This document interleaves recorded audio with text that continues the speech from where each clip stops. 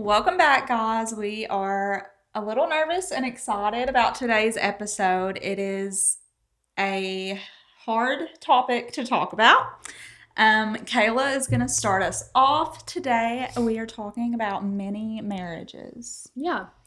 So, we talked about how we're going to do different relationships, and now we're on the marriage topic. And no, we're not. We're on the dating topic and the mini marriages that can come during the dating period. So, yeah, this is something for me that, again, like I don't want to be offensive, but I also want to tell the truth in a culture that typically leans the other way in the church and outside of the church. And so, yeah, this whole mini marriage topic is something that I thought through a couple years back whenever we were doing a study with some of our youth about dating and relationships. And yeah, it's an interesting one because to me, a mini marriage is defined as a dating relationship that mimics a marriage, a biblical marriage. So you're pretty much doing all of the things that you would do in a marriage, but you're doing it as dating, like as in the dating period. So you're living together, you're having sex, you're giving yourself entirely emotionally, mentally, physically, spiritually, and there's no boundaries of like, this is sacred. This is the point where now we're crossing into mimicking God's design for marriage through dating. Yeah. And again, like that's a hard topic because I know a million people in my life that are living like this, and I don't judge people for living like this, but I also think that there is a reason that God has designed marriage the way that it is, and I think that there's a reason Satan tries to mimic it in our culture. And at the end of the day, I think it hurts more people, and that's why I'm so passionate about it because I see the way that this pattern is unhealthy and it hurts so many people. And so, And we've yeah. we both had many Yeah. marriages. So I feel like it is a topic that we are experienced in and we can talk about because we have been there. Yeah. So tell a little bit about your mini marriage. And I feel like we've talked about like her story and how she was like a lover girl, and you've had like different relationships that you really kind of poured all into. So I know you actually got married, but Yeah. like before that, when you were dating someone for those few years, like how were you kind of mimicking God's design for marriage? I mean, yeah, everything you said, just like giving my all and everything to this person. Um, Sex before marriage. You have complete control over like my social life and everything else. Um, I was gonna say something and I forgot. Keep talking, I might remember it. I might have to interrupt you. No, you're good. Yeah, that is the truth of what it looks like. It's okay, I'm going to give myself fully. And I think the hot topic for especially in society, And yeah. You're like light bulb. I obviously had mentioned before, like this was a toxic relationship, and if I wasn't so blinded by my emotions and giving my all to this person, I could have recognized that before I married him. Yeah, definitely. Before it got that far into it. Like I Right. could have recognized that if I would have been a little more concerned about me. And yeah, that's for sure the problem is again, there is that sense of in culture we're saying, oh, sex, sex, sex. If you're, and even people who aren't Christians, they still see it as a little bit of a sacred thing of like, oh, I'm not just going to have sex with anyone. I'm not going to do X, Y, and Z. And then, of course, the pendulum kind of swings on that. But for the most part, I think that a lot of people are cautious and thoughtful about who they're giving themselves to, at least at one season in their life. And then for Christians, that's a hot topic of like, are you having sex? Are you protecting your purity? And obviously, people talk about soul ties and all those things. I don't know that that's really biblical, but that is the idea of like you're giving yourself in a sacred way to someone in a design that God has only created for marriage. And when that happens, because I don't really like, there's the analogy of like you give your heart to someone and I hate this analogy because I feel like it's shame based, Mm-hmm. but I always heard that analogy in the church of like, well, you've given your heart away every time you have sex, like you have a full heart, and then when you have sex, you give a little piece away, Mm-hmm. and then whenever you get married, you just hand over a crumpled heart, like a tiny little Mm-hmm. piece of your heart because you've had sex so many times. And I think that that is so shame based and Mm-hmm. so unhealthy because like at what point are we not looking at the restoration that God brings to our lives, like Yeah. whether you've had sex with 50 people or one person or zero people, like it's very clear that lust in your mind can be just as toxic. And I think that it's so hard to tell people, oh, when you actually marry someone, you have nothing to give them because you've had sex with people. Mm-hmm. And I think that that is a very shame based way to look at sex and to Mm-hmm. look at marriage and to try to get Mm-hmm. people to like be pure and protect I've heard themselves. that saying before, but I've never thought about it like that, like Mm-hmm. how you just said. I've always thought about it like you give a piece of your heart away and it causes more problems Yeah. in your life. Not Mm-hmm. like you don't have anything to give them because you've Mm-hmm. had sex with all these people, but it does create problems and Mm-hmm. damage and brokenness and trust issues and Yeah. things like that. That's how I've Exactly. always looked at that. Yes. And again, that kind of goes into that idea of like sex, you know, the whole thing about sex obviously is like a big deal. Mm-hmm. But I think that it's so much deeper than that. I Mm-hmm. think sometimes we're like, as at least in the Christian world, it's like as long as we hold the line back and we don't have sex. Mm-hmm. And but I can do everything else. Like, and a lot of people they don't know that they're doing it because they've never been informed on how to create healthy boundaries in a relationship.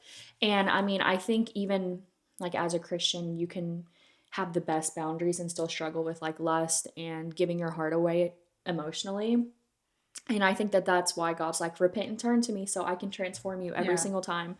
Um, but yeah, I feel like we look at sex as like the big thing of Mm-hmm. because it's measurable, right? It's like I can measure if I've had sex with three people or five or one or zero and I'm a Mm-hmm. virgin. Like I can measure that. You can't necessarily always recognize if you're measuring your emotional, the way you're giving your heart Yeah. away.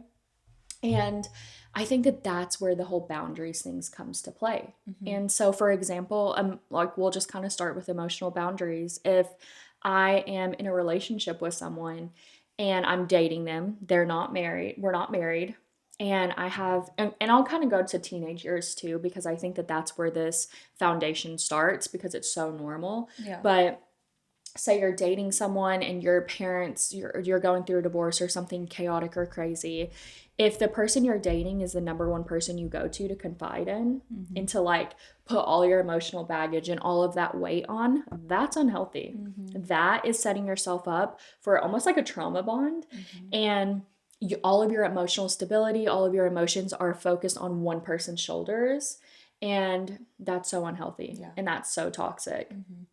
So, if you were instead of like, my first response will not be the person I'm dating, my first response will be my friend group. And Mm-hmm. if you don't have a solid friend group, you need to work on that. Yeah. But if it's not your friend group, then a mentor or maybe Yeah. another person in your family that you have healthier relationships with.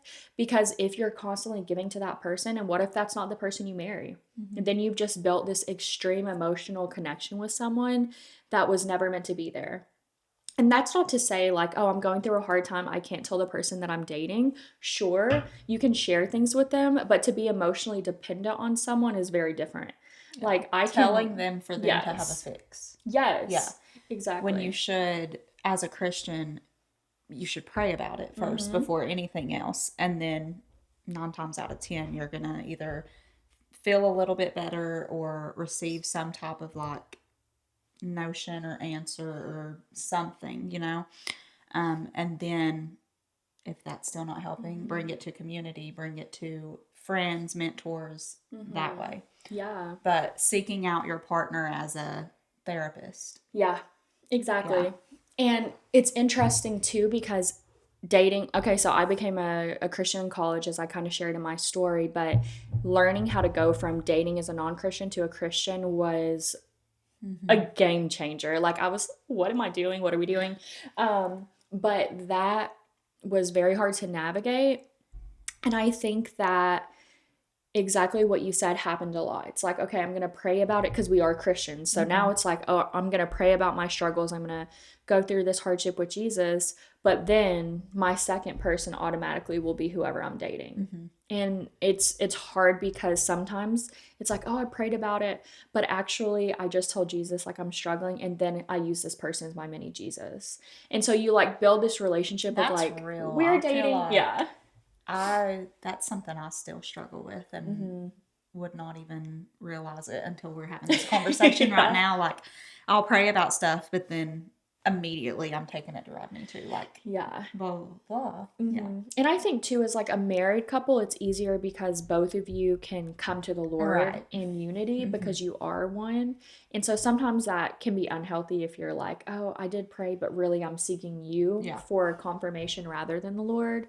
And of course, like we see our husbands and we follow their leadership. So there's like different waves on that. But yeah, like you can easily turn someone into a mini Jesus even whenever you have a healthy relationship at times. But yeah, it's hard because there's no understanding of how do I not, it's like, okay, we've been dating for 2 years. How do I not give myself fully to this person? And I remember I was teaching at a high school and there was this couple that they were like together for years. I want to say since like middle school. And I also was in a similar relationship, but I remember looking at them and being like, how are they so different? Like they were both strong Christians, but they just weren't up each other's butt all the time. Yeah. Like they had their own lives, they had their own sports and friends, and they would come together in a healthy way. Like prom night, I think they all had this massive sleepover at someone's house and they weren't really alone often.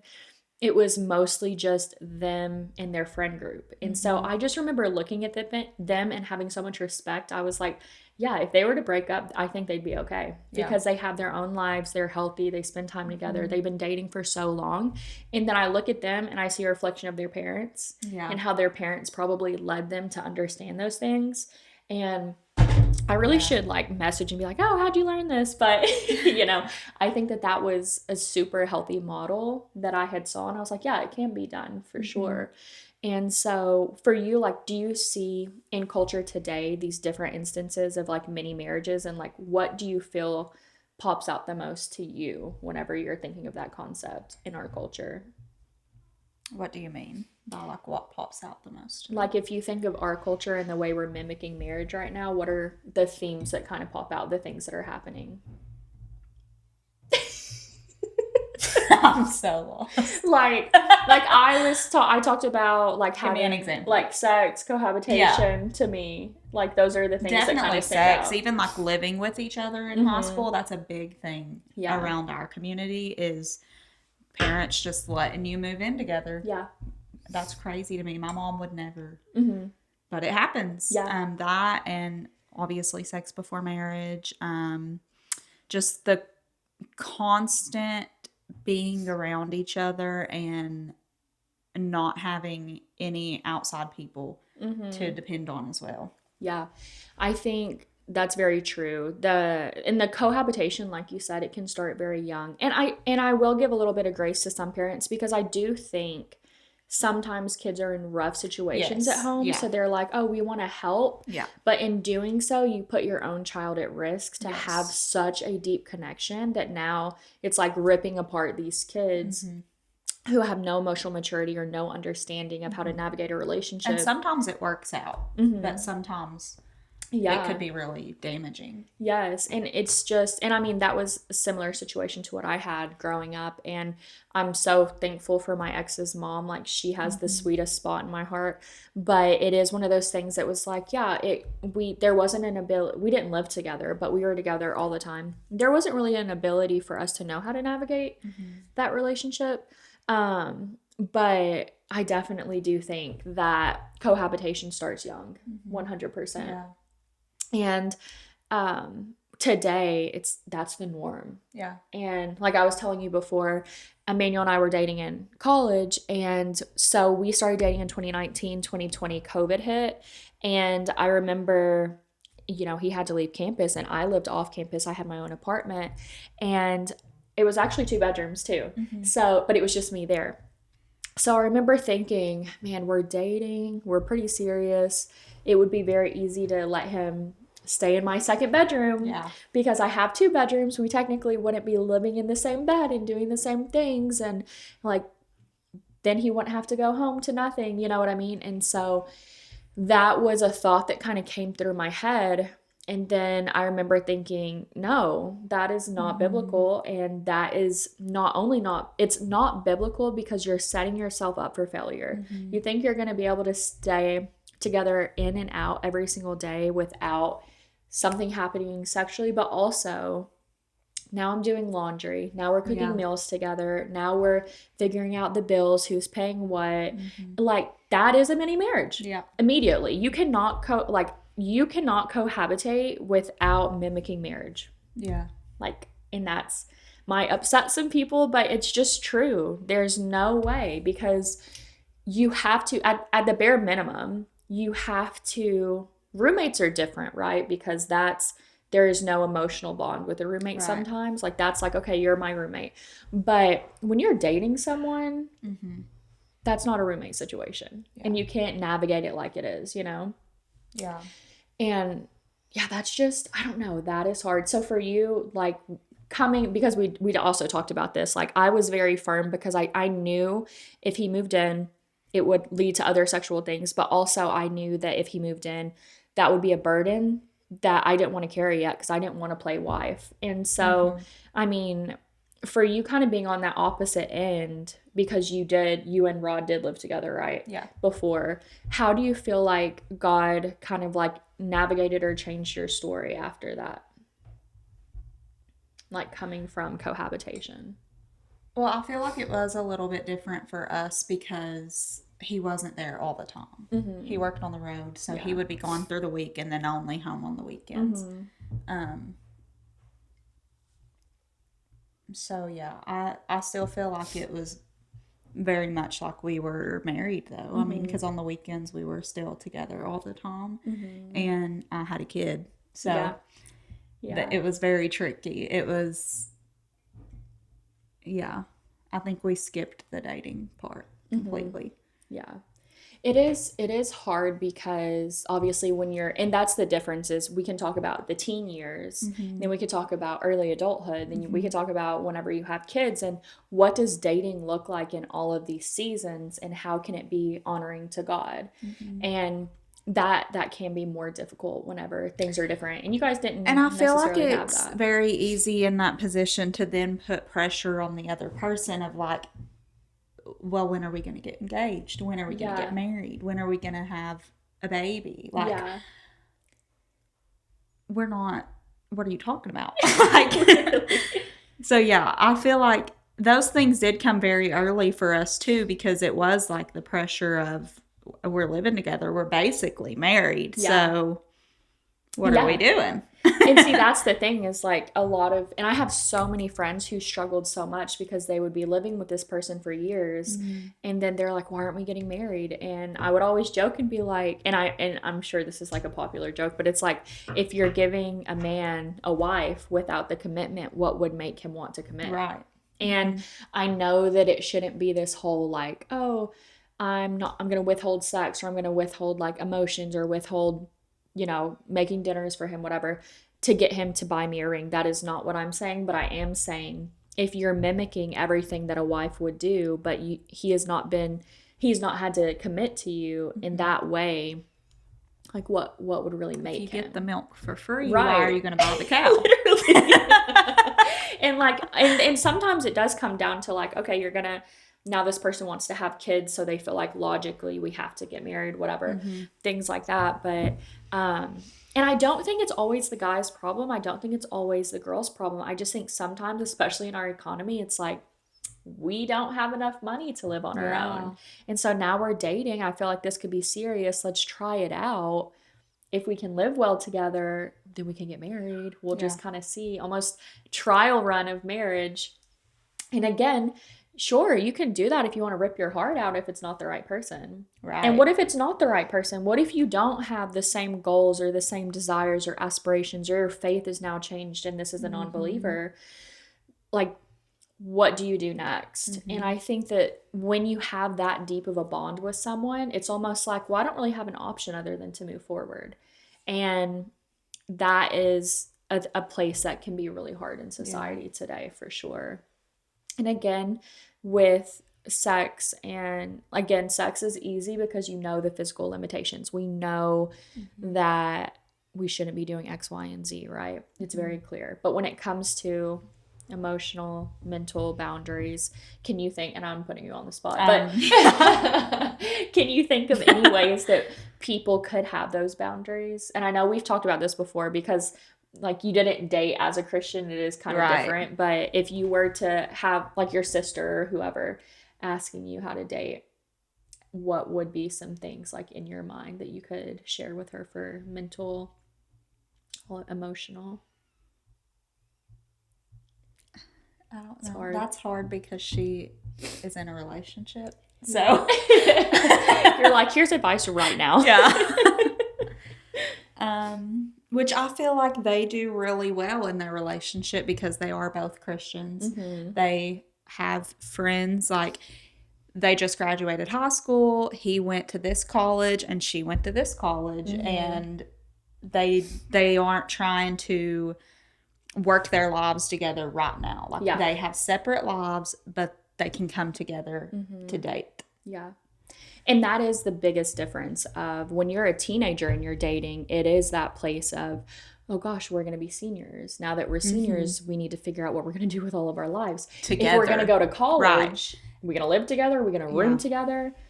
And then it's, oh, I won't go to this school because he doesn't want to go or she doesn't want to go. And your frontal lobe is not developed.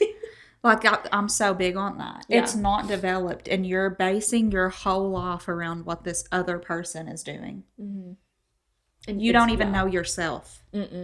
At all. Like, you're quite literally, your frontal lobe doesn't have the ability to not have impulse reactions or decisions.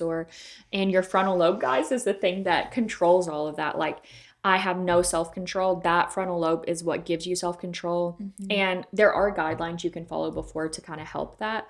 But yeah, especially for men, like their emotional maturity, their ability to make rational decisions, their ability to not base things on emotion or impulse, that all dramatically changes when they're like 25. Yeah. So 25, 26. I feel like Rodney was born with his frontal lobe. Yeah, jumping off the houses. Maybe emotionally, but yeah, not physically, but emotionally. He has like 50 brain bleeds. Yeah. Impulsive decisions. Sorry, Rod, we're always calling you out,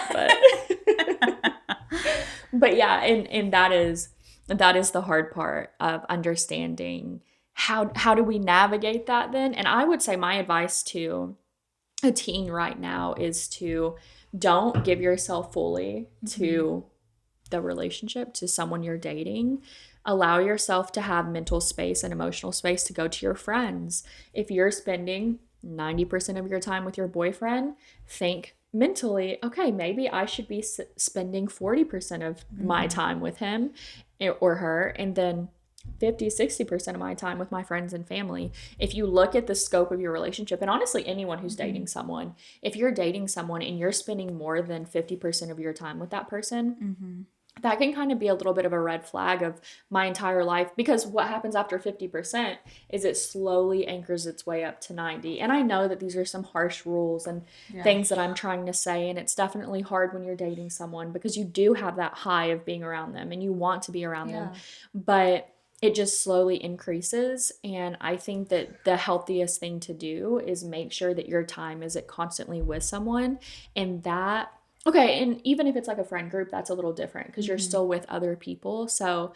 that's a little bit different. But I'm talking about one-on-one concealed time with no one else around. Yeah. That is what sets you up for like mental and emotional dependency on someone. And I think when that relationship does happen and you break up, you're walking into your marriage one day with a deep emotional regard for someone else, or like, well, he and I navigated it this way, or I remember when we did this. And it's like, but no, that's not who you're married to. You shouldn't have to navigate X, Y, and Z the same way or differently, you know?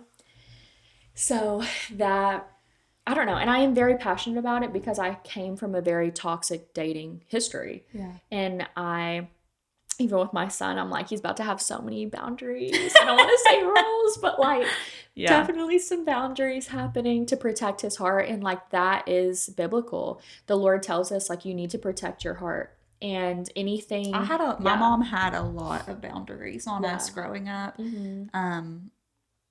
And I mean some were broken, but she did really good like setting boundaries for us in dating. Like we had I don't know if I should say this because we were Bible Belt Christians, I guess, but we weren't. Some things weren't biblical. Yeah. But she was trying to. It was out of the goodness of her heart, trying to set boundaries for us. But it was like, wait this long, and obviously we were older, Right. But wait this long before sex. Yeah. Don't blah blah blah blah. Or when we were younger, like high school, like we were not allowed to go to boys' houses. Not allowed. Even if we were dating, we were not allowed to go to boys' houses. Why? Boys came to our house and we were allowed to sit in the living room. Yeah. We were not allowed in bedrooms. We were not allowed alone. Yeah. Yeah. Because things happen when you're alone, especially as a teenager with raging hormones. Yeah. And do you feel like, because I know you've struggled a lot with the emotional dependency, do you feel like your mom, and this is no like hot take for her, but just things that we could do even as parents, do you think that she set you up and taught you how to have those emotional boundaries? I think she tried. I think as a teenage girl, you're very stubborn and you don't think your mom knows best. Yeah, it is. And it is hard because there is that extent, especially as a teenager. It's like they don't have that frontal lobe. They don't have that decision thing. They see the culture and they want to mimic it. Now, if you're a Christian, it can be a little bit different, and not just a Christian that goes to church, but a true Christian teenager that's following Jesus and wants to honor God. That is a little bit different in the way that you're going to receive boundaries and know how to navigate them, because you're also trying to be obedient to God. Yeah, and I feel like she was very good at recognizing when boundaries were being pushed, or like when like my boundaries were being pushed. She was really good at recognizing that, but I was already so emotionally deep into it that I was like, you don't know what you're talking about. Yeah, we're in love. Yeah. Yeah. And that is, and I'm trying to think if there's any other, emotionally, mentally, physically, the whole spiritual thing. And spiritually is a big one too. Like if you're constantly reading your Bible with your boyfriend or girlfriend and praying together, those things can be good, but not everything that happens in your secret place needs to happen and be revealed to who you're dating. Yeah. Like there are certain things that you shouldn't share with who you're dating that you should share with someone in the church or with your friend, family, whatever. And when you have an emotional mental dependence, you tend to have a spiritual dependence as well. So that can also be difficult, because there has to be that sense of I'm creating space to protect my heart. And again, these are not normal things to do in dating. This is like not what the culture tells us to do at all. But I just believe that if more people were to create boundaries in their dating lives, it would be much more beneficial in protecting their heart and then walking into marriage in a way that's freeing, not in a way that has weight and baggage from previous relationships. Yeah. So I don't know, guys. Again, I know that this is very different. I'm not hating on people who cohabitate. I have tons of friends who do. I have lots of friends who are Christians who do. I just personally believe that you can't live together and have many boundaries. And and I remember people being like, oh, if you guys are engaged, you should just go ahead and start living together since you're going to be moving to the same place. And I just remember thinking, but we're just not. Like, we're engaged. No. I'm okay. That was an extreme one. I felt it coming. I was like trying to hold it in. But... elephant. But I think friendships are, and then I'll kind of like, on my soap opera, I'll just kind of wrap up here on my end. But I feel like friendships are a time when you're getting to know someone, the opposite sex, whatever. You're getting to know someone, you're experiencing relationship with them. You can kind of like, that's why I liked Emmanuel, because I saw him outside of the scope of dating, how he interacted with people, his personality, all of those things. I knew him not on the basis of him trying to win my favor, but of Yeah. just him being. So that was really nice Same with to Rod. We were see. friends first, and I just had the Mm-hmm. thought in my head like that really is the best relationships is when you're friends first because you're building that friendship bond. And if Mm-hmm. you're seeking out someone just for a relationship, what are you seeking out of them? Yeah. It's like, You are don't you, know them, so what are you mm-hmm. seeking? And You are know? you saying this or doing this because you want to date me, or are you saying Mm-hmm. this and doing this because you, that's just your character? And Mm-hmm. if you don't always see someone prior, then it can be hard to know. Mm-hmm. But yeah, I think friendships are that time of just like having, friends, Mm-hmm. relationship. There's not that deep like attraction.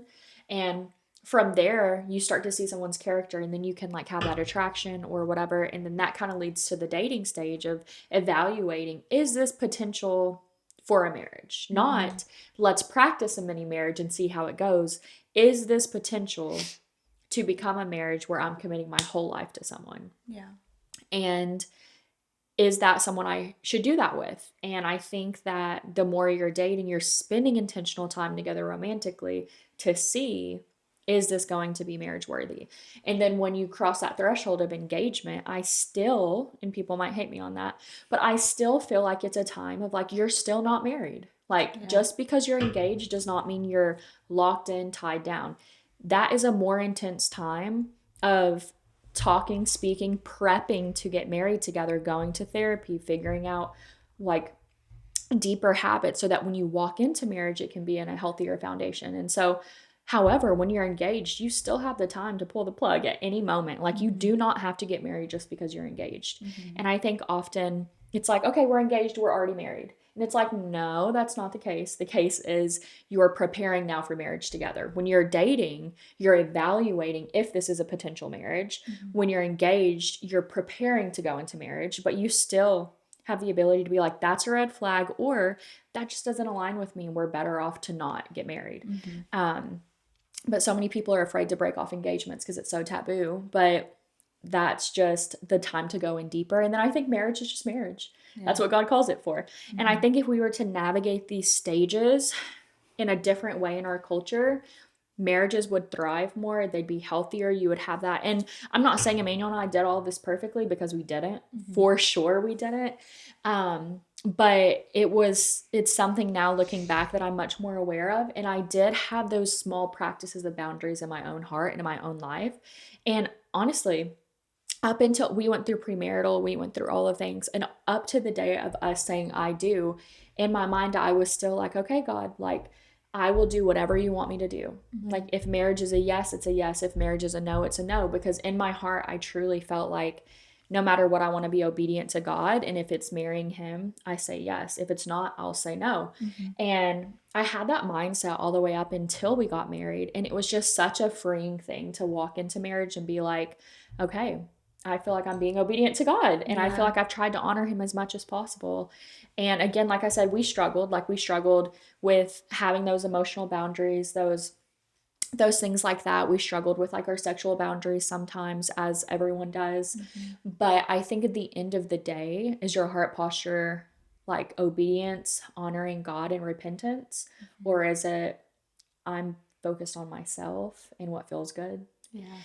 And that's the difference, I think, in Christian dating and navigating it. Mm-hmm. But do you have any other thoughts, like things that you kind of think of, or anything that you would want to share to people, like looking back?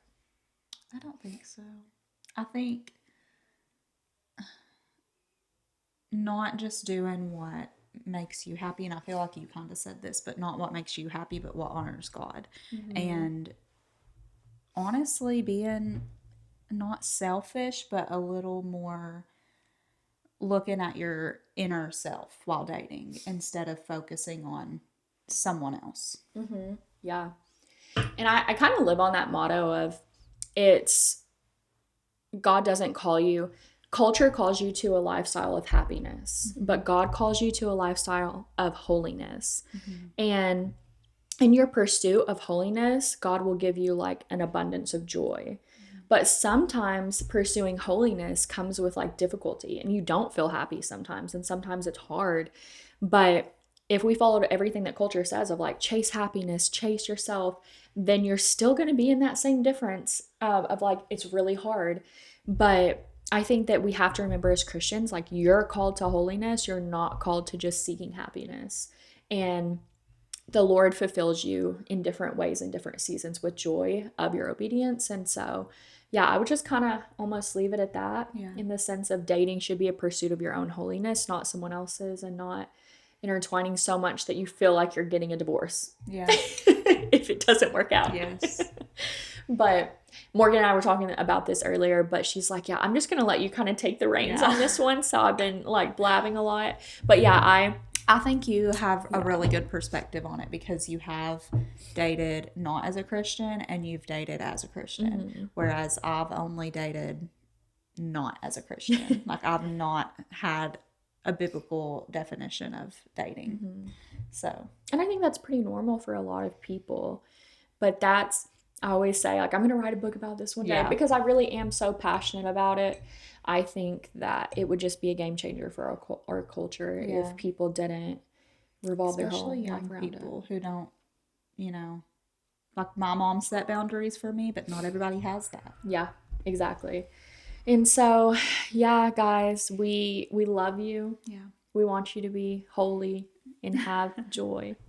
But if you all have questions about this or thoughts, like feel free to drop them in the comments. We look at everything and we're ready to respond or ask questions. If you feel a little offended, take it to the Lord. I don't know. I'm just out here trying to be truthful. And we have a few other episodes coming out that you guys will actually be able to drop specific questions into or specific stories. So if there's a funny story of dating or whatever, or a story you want to share, just feel free to let us know. We'll have a spot to drop those. But we're just gonna read them out loud and put our 2 cents in if it means anything. So I can't believe the pennies being ended. You said 2 cents and I just thought we only have nickels now. I've seen something about that. Yeah, is that real? Yeah, they're getting rid of the penny. Isn't that crazy? Ridiculous. Yeah, it's insane. But they say it costs so much more to make it, so they're just done. I'm like, how do I get change? It's copper. I'm like, how do I get change? Why don't I just make it silver? Is everything not going to be $6.67? Is it going to be $6.55?